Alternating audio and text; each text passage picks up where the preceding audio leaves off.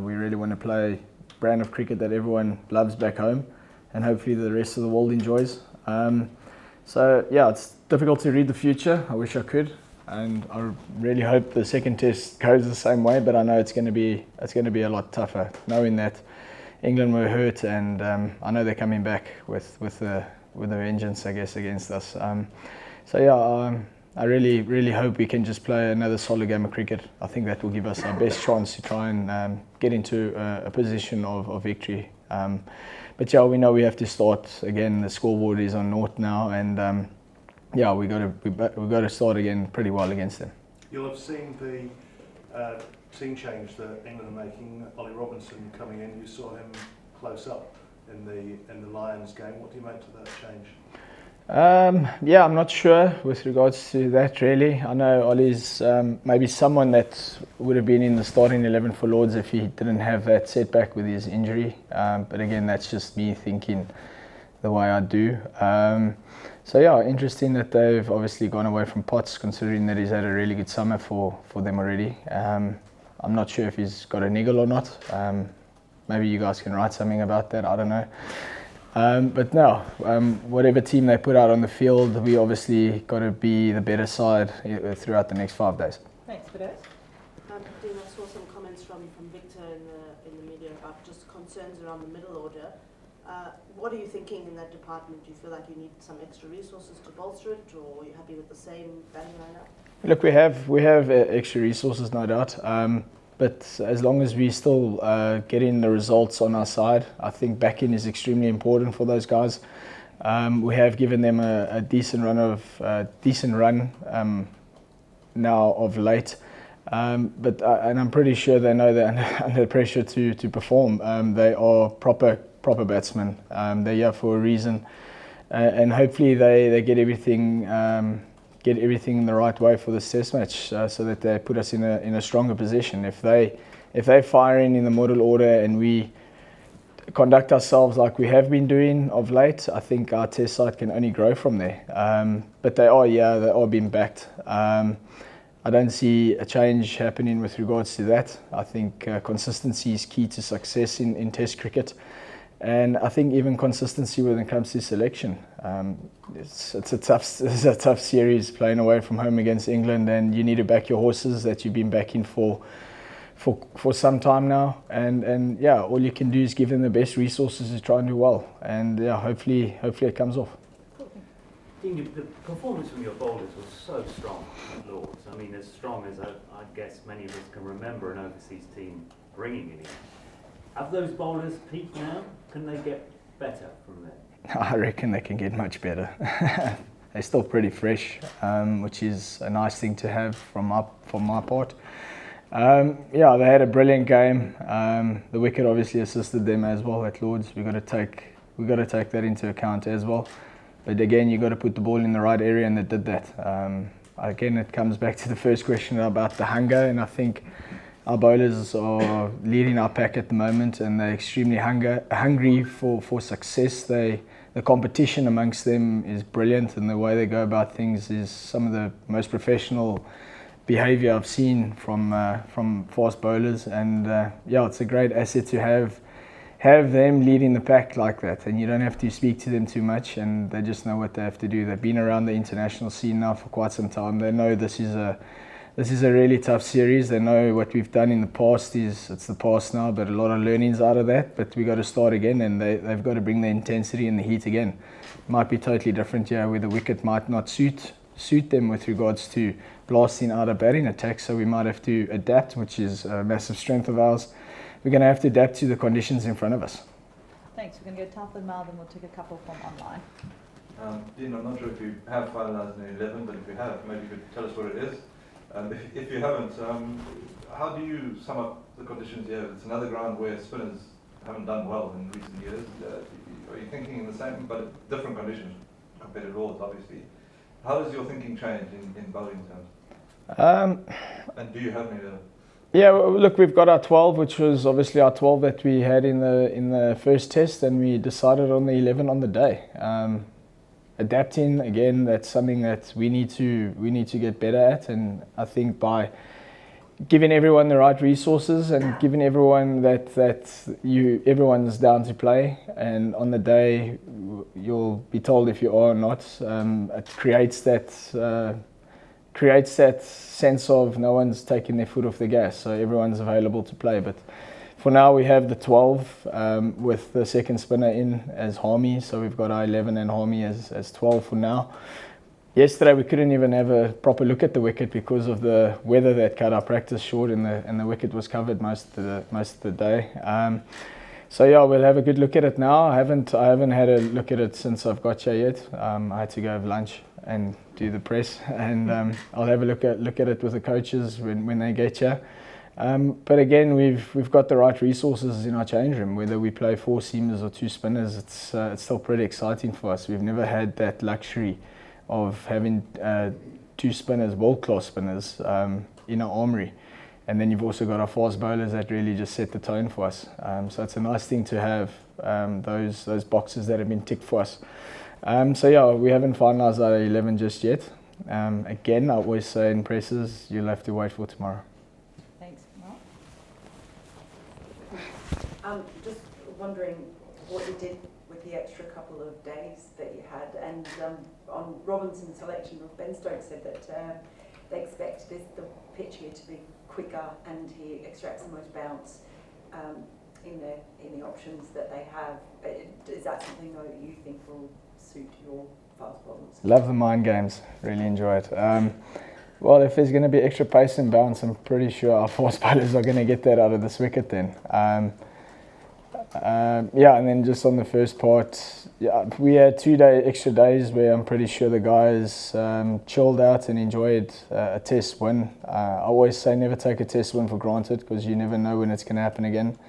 So I'm pretty sure the guys, yeah, they did what they had to do, and yeah, now that's done, the focus is on the second test, and yeah, I'm pretty sure guys caught up with family members that have come over to watch the test at Lords, and personally I've got family that live here, so I saw them.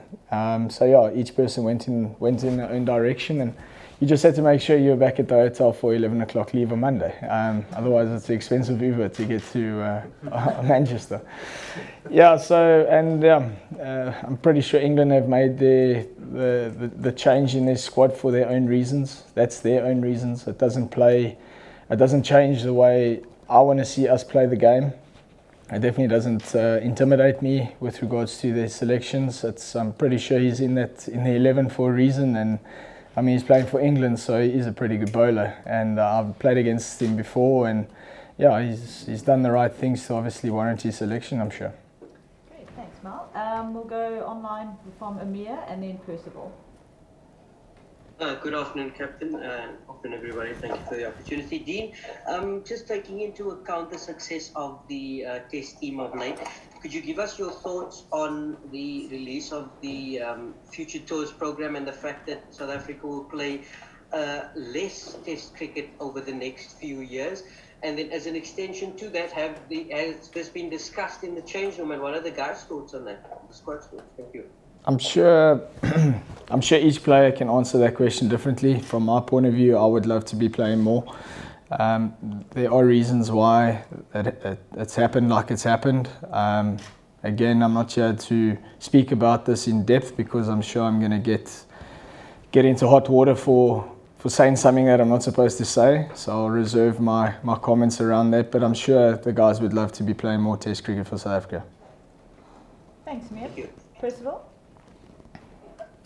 Thank you so much, Lucy. Good afternoon. I'm Jim. You've partially answered my question. I just want to ask you. Well, we've seen the latest ICC ranking sign. Some of your bowlers, the point you've emphasised, have made some positive strides upwards on the rankings. What does that mean for you guys as a team? Do you guys take note of that? And does it help with the confidence heading into the rest of this series against England? Yeah, I'm sure if they're playing well, they're going to get the recognition with regards to rankings. I somehow think within our squad, guys don't look too much into that. We're a very results-driven team, so if we're getting victories on our side, I'm sure most players are going to benefit with regards to that. I guess if you look after cricket, those little things should look after you at the end of the day. So, yeah, I personally don't look too much into those things. If you're playing well and you're scoring runs and taking wickets, you'll get the recognition. Thanks. We're going to take one last one, or two last ones from the floor, and then one last one online. So I think let me just do the online one, and then we'll take the two from the floor. So Lynn, we'll hand over to you. Thanks, Lucy. Hi, Dean. I just wanted to ask about Mark Boucher and his tenure, which didn't start off too well, but over the last couple of months, you and Mark kind of turned things around for the Proteas in the longer format. Can you just talk about Mark's influence on this he has had on the side and what's been working? Yeah, I think it's been a work in progress. I don't think we always thought it was going to happen overnight. He's been around a couple of years now, and as a coach, his influence in the change room is massive.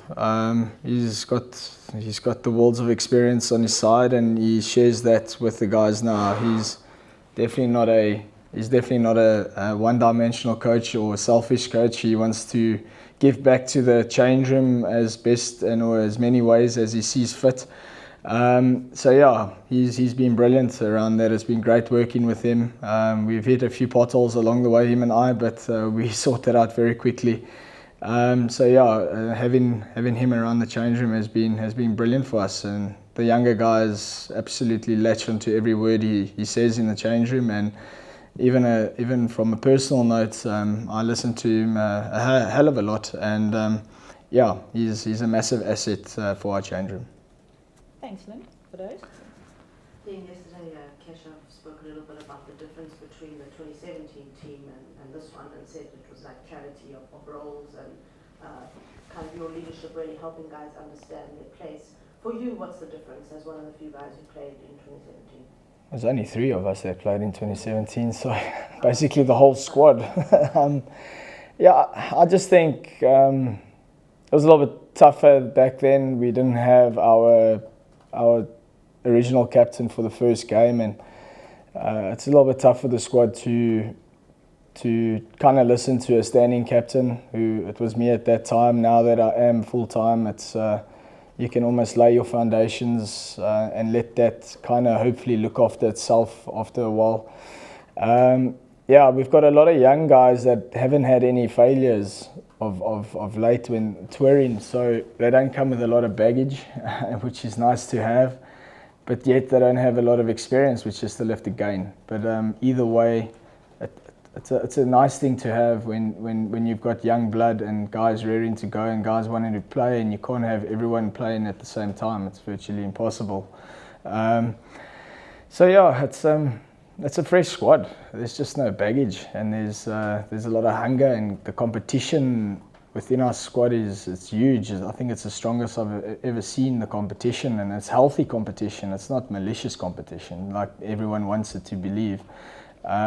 So yeah, I'd just like to think the squad's in a very good place, and Red Flags has obviously been in too much of a comfortable position, and yeah, it's up to myself, up to the coach, to kind of still align us after every good spell that we've had as a team, and pull the guys in line irrespective of how long you've been here. Everyone's on the same page. I see everyone as an equal with regards to that. So yeah, we share a big responsibility with regards to driving the message going forward, especially towards the younger guys. Younger guys are here for a reason, and they're proper players. They wouldn't be wearing this badge if they weren't good players, I can promise you that. So I'd like to think since the first time to now, we in the same mold. We walk in the same journey, and we talk in the same words, which is great to have. Thanks. Last question. Dean, the Ben Stokes documentary begins streaming on Friday, day 2 of the Test match. You mentioned you've enjoyed the English mind games and a bit of back and forth with Ben. What are the chances of you spending 2 hours of your evening watching a documentary about him? If you want, you can send me a link and I'll watch it after the test. No, but I mean, it's something that's inspiring in English cricket, and I'm sure it's also going to touch people's lives outside of English cricket. I'm sure there's a message throughout. I haven't listened too much to it. I'm focused on cricket at the moment, and sideshows are sideshows, and that's fine. So yeah, but I'm sure throughout the next few weeks, we'll be able to maybe sit down and watch it.